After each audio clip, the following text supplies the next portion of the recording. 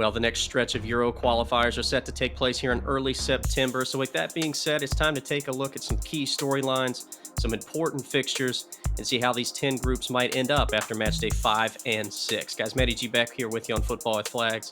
Thanks so much for joining us as always. Make sure you hit that like and subscribe button, and let's get right into it.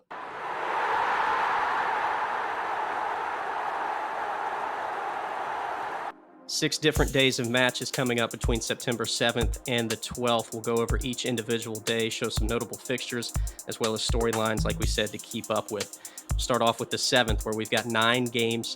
As you can see there, a lot of different duels between teams currently in the top of their table, holding the top 2 spots. Kazakhstan and Finland get things started off. They each have 9 points right now in Group H. Kazakhstan have never qualified for the Euros. As for Finland, they were in the 2021 edition, but did get bumped out in the group stage. They had a great result against Denmark, but unfortunately weren't able to get through, I believe, due to goal differential.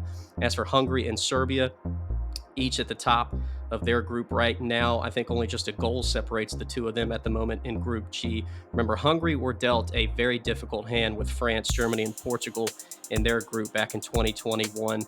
They would certainly like to get back, and I think they would show well if they had another opportunity in maybe a group that was not quite as difficult. As for Serbia, they haven't qualified since 2000 when they were still considered Serbia and Montenegro. So certainly would like to see this group get in, especially considering how well they've done recently in World Cup qualifying and put on some good performances in other major competitions as well. As for Czechia, formerly known as Czech Republic, they've got a tough game here against Albania coming up in Group E. Remember, Czechia took down Netherlands in the round of 16 back in 2021 to get to a showdown against Denmark, I believe, in the quarterfinals. So again, they're in a pretty decent position. They sit at the top of their group as well. As for our Nations League participants returning, Netherlands are the only of the 4 sides that start here in September 7th. They've got a couple of games in hand. But remember, they are currently sitting behind France, Ireland, and Greece at the moment. So they've got an opportunity to make up some points here with a couple of games against 2 of those that are sitting in front of them. As for Denmark, sitting down there at the bottom, they've got San Marino. They are currently in a very tight battle in their group, currently in 3rd at the moment. So they've got a great opportunity to bring San Marino into town and possibly get a lopsided score to not only help get themselves 3 points, but certainly help their goal differential as well, which could become very important down the road. Moving on to September 8th, 7 different games going on in that day. We'll start off with the duels at the top of their tables, respectively. Again, Turkey and Armenia. Remember, Turkey had a great run of the semis in 2008, but they have exited the group stage twice now, both in 2016 and in the 2021 edition. But again, Turkey at the top of their table right now with 9 points. Armenia sitting just behind them with 3 games at 6 points. As for Slovakia and Portugal, they're both pretty comfortably sitting atop of their group there in Group J. I really don't believe Slovakia have anything to worry about. They're sitting in 2nd place with 10 points. Luxembourg are behind them. But again, while Luxembourg have been playing pretty decent thus far, I just don't think that they're going to have enough at this point to get by Slovakia, and certainly not Portugal, who sit at the top of that group with 12 points at the moment. As for the Nations League returners, we've got Spain and Croatia in action. Croatia just looking to get some points back on the board, put themselves in a better spot as they're sitting behind Turkey and Armenia. As for Spain, collecting their first trophy since 2012 with that Nations League title. They're in a tight battle with Georgia and Norway for that 2nd place spot. But again, I don't think Georgia is any slouch, and they're certainly going to give Spain everything that they've got. Because again, that is a tight battle for 2nd place with Scotland, who are currently just dominating that group at the moment. They went through 4 games, had 4 wins. They're currently at 12 points right now and in cruise control of that group at the moment. 7 games to take stage on September 9th, and we'll start off with Ukraine versus England. This was a matchup that we saw in the quarterfinals of the Euros in 2021. England going to win that game 4-0. They've already defeated Ukraine once here in this qualifying process, so it's an opportunity for Ukraine to maybe bounce back and pick up some points against them, considering they are in 2nd place. I really don't have any doubts that England won't win this group. But again, some storylines to keep in mind that we'll go over later in the video as well, involving Ukraine and Italy. Speaking of Italy, Another team returning from the Nations League, but an opportunity to avenge a very difficult loss that I'm sure still stings. The loss to Macedonia in the World Cup playoff that they had to keep them out of their second straight World Cup finals. Again, just a very difficult time for Italy. Again, the highs and lows of international football. You think about this team winning, the Euros previously, being our defending champions, but then to go on later down the road and to miss a second straight World Cup finals and not even qualify has got to be disappointing. So this is a huge opportunity for them to bounce back and maybe pick up a big result. As for North Macedonia, it's a huge game for them as well. They really need the points, or at least to salvage something out of this game. As for Sweden, taking on Estonia, they have qualified for the last 6 Euros, but they are in certain danger of possibly missing it this time round. They are 4 points behind Belgium in the group and 7 points behind Austria as the two teams that sit above them in the standings. As for Romania and Israel, they're in Group I, a very pivotal matchup for those two. Remember, Romania, the last time we saw them in the Euros was 2016. They played in the opening game against France and almost picked up a result out of that game as well. As for Israel, they have never qualified, but they do have an opportunity to maybe make it through in a playoff. So this game, I think, is a bit more important for Romania to take advantage of. Romania is just on top of Israel, but again, for both sides, a very important fixture to keep in mind. 9 games set to take place on September 10th, our 4th day of matches. We'll start off with Finland and Denmark in Group H, as we talked about earlier. This group is still wide open between these 4 teams, as Finland, Kazakhstan, Denmark, and Slovenia all try and gain ground on one another to set themselves up for Matchday 7 and 8 moving down the line. Denmark did beat Finland back in March in the first run of qualifying games against one another. So an important game for Finland to come back home and maybe get a result there. As for teams trying to make up ground, we've got Montenegro, who sit at 4 points in their group currently, Bulgaria at 2, as those two sitting behind Hungary and Serbia, who, to be quite honest, I don't think they're going to do enough in these final few games to make up enough ground to get by the two of them.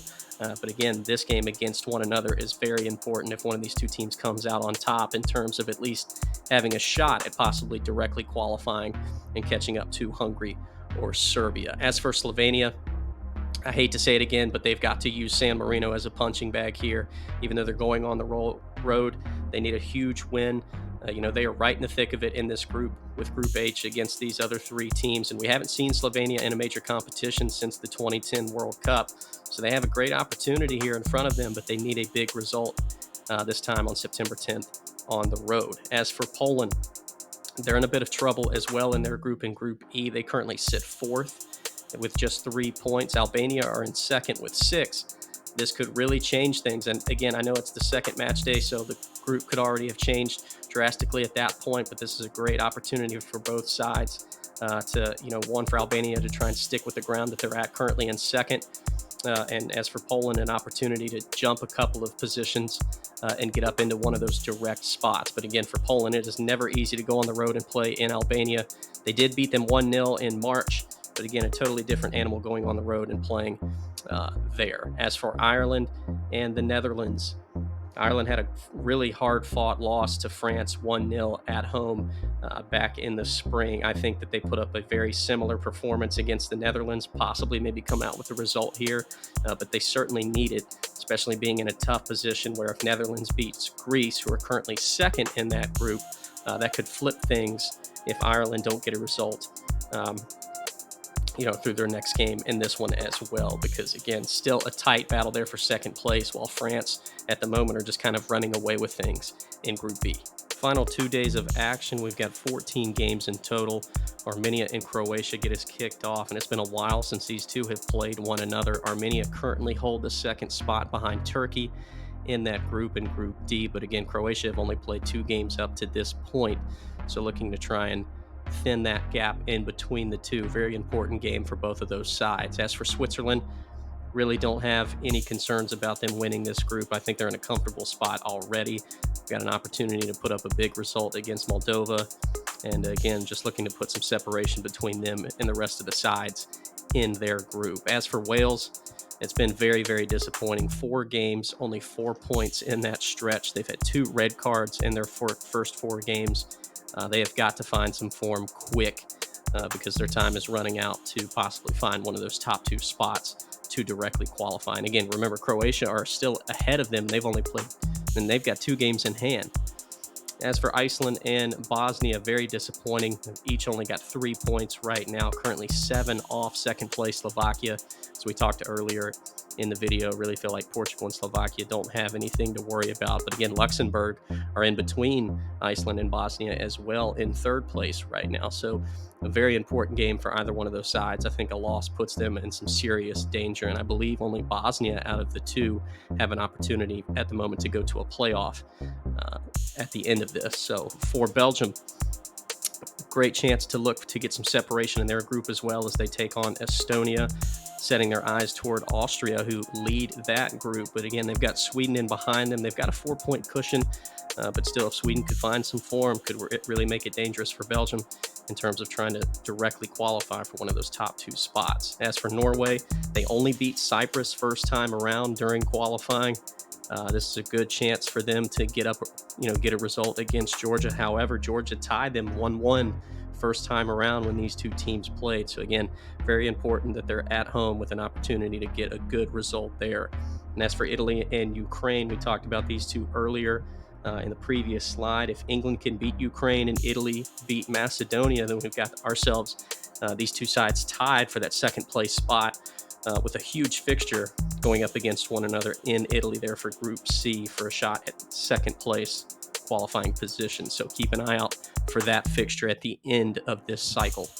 Guys, as always, thanks again for watching. Make sure you hit that like and subscribe button if you haven't already done so. And please let us know down in the comments as well any future videos you would like to see us make in terms of certain teams or questions or things about the international game going forward. We've got plenty of content coming your way already, but please let us know that down in the comments as well, along with some answers to these 3 questions you see in front of you. Which games might be most exciting to watch for you, who you're rooting for, as well as if you are predicting any big upsets, along with what you might think the highest score line will be that we'll see in Matchday 5 and 6. But guys, have a blessed day, and until next time, we will see you soon. Peace.